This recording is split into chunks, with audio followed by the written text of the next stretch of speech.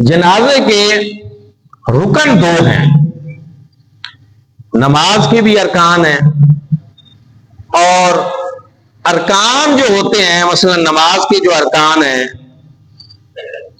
تکبیر تحریمہ، قیام اور رکوع سجود وغیرہ، ان کا حکم یہ ہوتا ہے کہ اگر کوئی رکن رہ جائے تو نماز ہوتی نہیں۔ واجبات 18 ہیں نماز کے، واجب رہ جائے تو سجدہ صاف کرنا پڑتا، یہ چیز۔ اب جنازے کے رکن دو ہیں، ایک قیام اور ایک 4 تکبیرات۔ حدیث مبارکہ میں تکبیرات 5 بھی بیان کی گئی ہیں، بعض لوگ 5 تکبیریں اب بھی کہتے ہیں۔ اب مسائل پیدا ہو جاتے ہیں، لوگ الجھ جاتے ہیں، فلاں جنازے میں ہم گئے وہاں 4 تکبیریں ہوئیں، کہیں گئے وہاں 5 ہوئیں، یہ ہو گیا وہ ہو گیا۔ تھوڑا سا اس بات کو سمجھیں، حضور نبی کریم صلی اللہ علیہ وآلہ وسلم نے 5 تکبیریں بھی جنازہ پہ پڑھی ہیں، 4 بھی پڑھی ہیں۔ اب صحابہ کرام اس دور میں جنازہ پڑھتے تو بعد 4 پڑھتے، بعد 5 پڑھتے۔ جناب فاروق اعظم رضی اللہ تعالیٰ عنہ نے سوچا کہ اگر اس طرح معاملے کو چھوڑ دیا گیا اور اس پر توجہ نہ دی گئی اور اس کا کوئی حل نہ سوچا گیا تو پھر یہ امت میں ہمیشہ جھگڑے ہی رہیں گے کہ کتنی تکبیروں والا جنازہ پڑھنا ہے، کتنی والا نہیں، کچھ پڑھیں گے کچھ پڑھیں گے، مسئلہ بنا رہے گا۔ تو اب اس کا حل ہونا چاہیے۔ جناب فاروق اعظم رضی اللہ تعالیٰ عنہ نے صحابہ کرام کو جمع کیا، بلایا، اور آپ نے پوچھا فاروق اعظم رضی اللہ تعالیٰ عنہ نے کہ حضور نبی کریم صلی اللہ علیہ وآلہ وسلم نے آخری جنازہ کب کس کا پڑھایا تھا اور اس میں کتنی تکبیریں پڑھی؟ تو صحابہ کرام سب جمع تھے، انہوں نے یاد کیا کہ حضور نبی کریم صلی اللہ علیہ وآلہ وسلم نے آخری جنازہ ایک بوڑھی عورت کا پڑھایا تھا، اور اس میں حضور نبی کریم صلی اللہ علیہ وسلم نے 4 تکبیریں پڑھائی تھی۔ فرمایا اس پہ فیصلہ کر دیا جائے کہ آخری عمل جو کریم آقا علیہ الصلوۃ والسلام کا ہے، جو حضور علیہ الصلوۃ والسلام نے جنازہ پڑھایا اور آخری پڑھایا، اس کے بعد پھر حضور علیہ الصلوۃ والسلام نے کوئی جنازہ نہیں پڑھا۔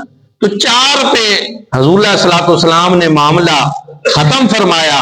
تو امت کے لیے یہ ہے کہ اب 5 والی حدیث تو موجود ہے کہ پہلے پڑھایا گیا، پڑھی بھی گئی تو ٹھیک ہے، لیکن عمل امت نے کس پہ اب کرنا ہے؟ 4 تکبیر، معاملہ ختم۔ کیونکہ آخری عمل کو اہمیت حاصل ہوتی ہے، دین بتدریج پھیلا ہے نا۔ شراب پہلے حرام نہیں تھی، پہلے شراب سے نفرت دلائی گئی، پھر شراب کو حرام کیا گیا۔ اب یہ نہیں کہ کوئی شراب سے نفرت والی آیات جو ہے ان کو دلیل بنا کر شراب پینا شروع کر دے کہ یا ایھا الذین آمنوا لا تقربوا الصلاۃ وانتم سکارا۔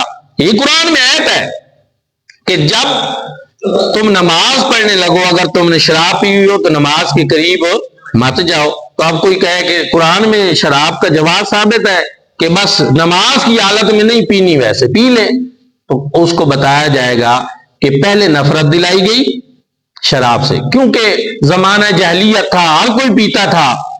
تو اسلام بڑا خوبصورت دین ہے کہ اس میں یہ نہیں کیا گیا کہ نئے نئے لوگ اسلام قبول کر رہے تھے، پہلے وہ شراب بھی پیتے تھے، ساری چیزیں تھی، تو ساری پابندیاں ایک دن ہی بتا دی جاتی اور لگا دی جاتی تو لوگ اکتا جاتے، اسلام کی طرف آتے ہی نہیں، قبول ہی نہ کرتے۔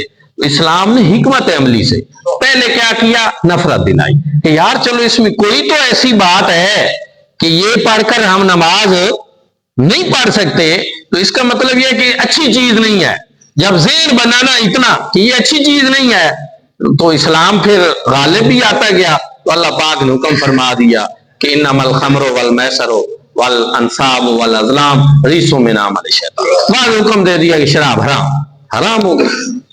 طریقہ ہے، اب آپ سمجھ رہے ہیں یہ ایک طریقہ ہے کہ اسلام کے احکامات جو ہیں بتدریج ہیں، چیزیں موجود ہوں گی پہلی بھی، لیکن عمل ہم نے کس پر کرنا ہے؟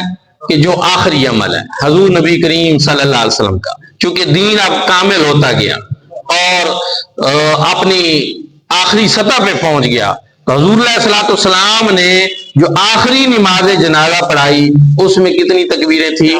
4۔ اب 5 والی روایات موجود رہیں گی، وہ یہ نہیں کہ ان کو کتابوں سے نکال دیا جائے گا، کوئی بیان نہیں کرے گا، نہیں رہیں گی، لیکن جناب فاروق اعظم نے سارے صحابہ کے ساتھ مل کر ایک فیصلہ پھر کر دیا کہ اب آئندہ امت جو ہے وہ 4 تکبیریں جنازہ پڑھے گی تاکہ امت میں یہ اختلاف نہ رہے، مسئلہ نہ رہے۔